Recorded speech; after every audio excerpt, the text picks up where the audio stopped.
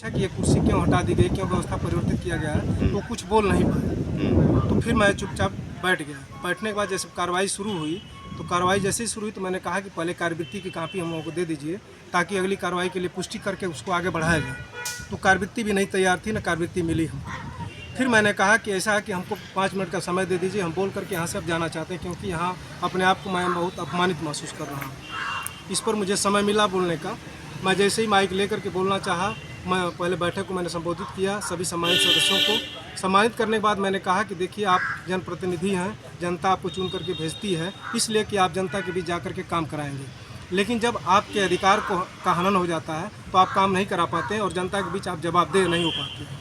यही कहते हुए मैंने कहा कि कम से कम आपको ये भी जानकारी होनी चाहिए कि ब्लॉक में कितना पैसा आया, कहाँ खर्च हुआ, कैसे खर्च हुआ, ये भी जानकारी लेकिन आपको नहीं दी जाती है।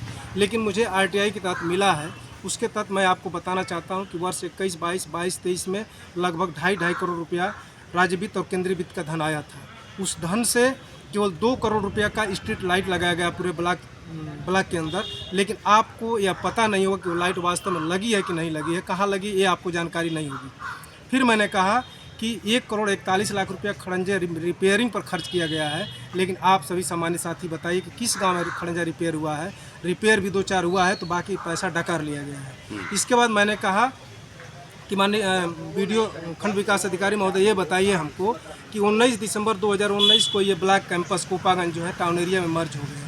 तो जब टाउन एरिया मर्ज हो गया तो यह ज़मीन टाउन एरिया की हो गई। तो इस टाउन एरिया परिसर में जो ब्लॉक कैंपस आपका है, उसमें जो 63 लाख रुपए आपने खर्च किया है, शासन से आपने इस पर स्वीकृति लिया था या नहीं लिया था, यही बात मैं कह रहा था। तब तक हम लोगों के चेयरमैन श्री मनोज कुमार राय वहाँ उपस्थित थे, उन्हीं की अध्यक्षता में बैठक चल रही थी। वो खुद माइक की लीड को छीन लिए और कहे कि आपको नहीं ये शब्द कहने की आवश्यकता है, यह बैठक है, यहाँ आपको यह बात नहीं उठानी चाहिए। तो मैंने कहा कि यह शब्द मैं इस बैठक में नहीं उठाऊंगा, इस सदन में नहीं उठाऊंगा, तो फिर मैं कहाँ इस बात को रखूँगा।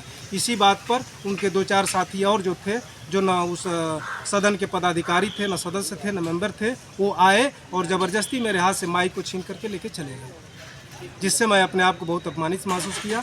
उसी बात को लेकर के मैं चूँकि कल भी आया था डीएम साहब से मिलने के लिए, कल मुलाकात नहीं हो पाई, तो आज मैं डीएम साहब को पत्रक दिया हूँ कि मुझे वहाँ उस सार्वजनिक प्लेस उस सदन में अपमानित करने का प्रयास किया गया है। जांच करके उनके विरुद्ध कार्रवाई की है। डीएम साहब ने कुछ ऐसा आश्वासन दिया? डीएम साहब ने कहा कि ठीक, मैं बिल्कुल इसकी जाँच करवा रहा हूँ, सीडीओ साहब को लगाया हूँ और सीडीओ साहब से जाँच करवा रहा हूँ, बिल्कुल कार्रवाई की जाएगी। अपना परिचय बताएं। मैं जितेंद्र गोयल, सदस्य जिला पंचायत इंदारा मऊ। जी, क्या है पूरा मामला? मामला है कि आज हम जिलाधिकारी महोदय से मिलने आए थे। कल ब्लॉक बोर्ड की बैठक थी कोपागंज, उसमें पूर्व में सूचना हमको दिया गया था कि आपको भी बैठक में उपस्थित होना, जैसा पूर्व में हम लोग उपस्थित होते रहे हैं। मैं समय लगभग 11 बजे, 11:30 बजे ब्लॉक कैंपस में पहुंचा, जहां बैठक आहूत की गई थी। जी जी। वहां जैसे ही मैं पहुंचा तो मैंने देखा कि जो पूर्व में हम लोग